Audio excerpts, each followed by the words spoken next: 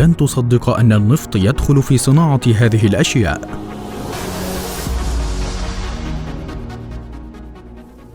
الاستخدام الرئيسي للنفط لن يفاجئك على الإطلاق.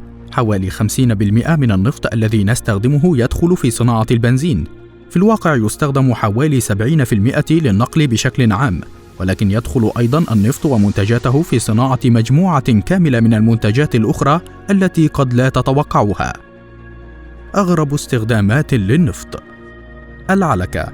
قد تكون مفاجأة بالنسبة إليك، ولكن نعم، هذا صحيح. العلكة تحتوي على النفط. هل سبق لك في أي وقت مضى تساءلت من أين تأتي ليونة ومطاطية العلكة؟ في الواقع يرجع جزء كبير منها إلى النفط، وتشتمل مكونات قاعدة العلكة على الشمع والنفط وحمض الاستياريك والغليسرين واللانولين ومكونات أخرى. المعدات الرياضية. الرياضة اليوم لن تكون هي نفسها دون النفط.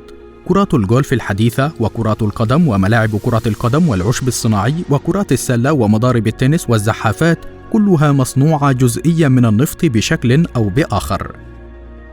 أحمر الشفاه. غالبا ما يستخدم شمع البارفين لإكساب أحمر الشفاه شكله ويساعد على جعله سهل التطبيق. وشمع البارفين هي مادة صلبة ناعمة بيضاء أو عديمة اللون مشتقة من البترول أو الفحم أو الصخر الزيتي. وأحمر الشفاه ليس قائما على استخدام شمع البارفين القائم على النفط فقط، بل هو يعتمد على قائمة طويلة من المنتجات بما في ذلك الشموع. والطلاء وكرات الطلاء كلها تستخدم شمع البارفين. الأسنان الصناعية.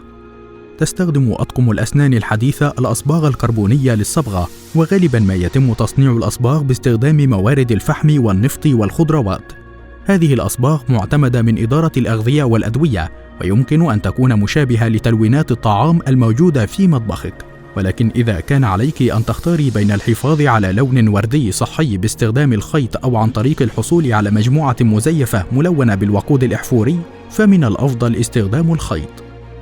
أوتار الجيتار.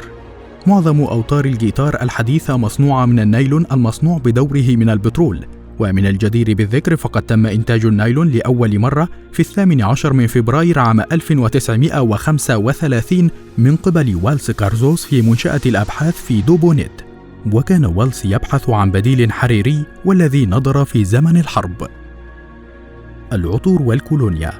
كثير ما يستخدم مصنع العطور والكولونيا المواد الكيميائية التركيبية مثل البترول لإطفاء الروائح الدائمة وتقليص النفقات، ويقوم البترول بضبط الرطوبة مع الرائحة على الجلد. والعطور ليست وحدها التي تستخدم البروبلين غلوكول القائم على النفط، بل يمكن العثور عليه في العديد من المنتجات الأخرى مثل الشامبو والطلاء على سبيل المثال. العدسات اللاصقة.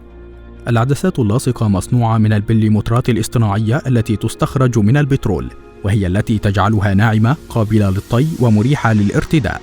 كما تسمح هذه البوليمترات للأكسجين بالتخلل من العدسة، وهي وظيفة مهمة لارتداء العدسات اللاصقة.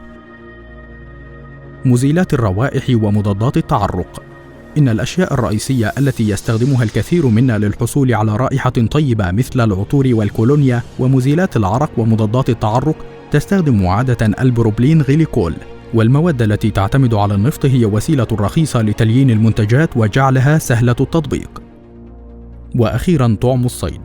يلعب البترول دورا في كل جوانب الصيد تقريبا، مثل الطعم والأقطاب وأغطية النجاة وقوارب الصيد وصناديق الثلج للحفاظ على برودة أسماكك.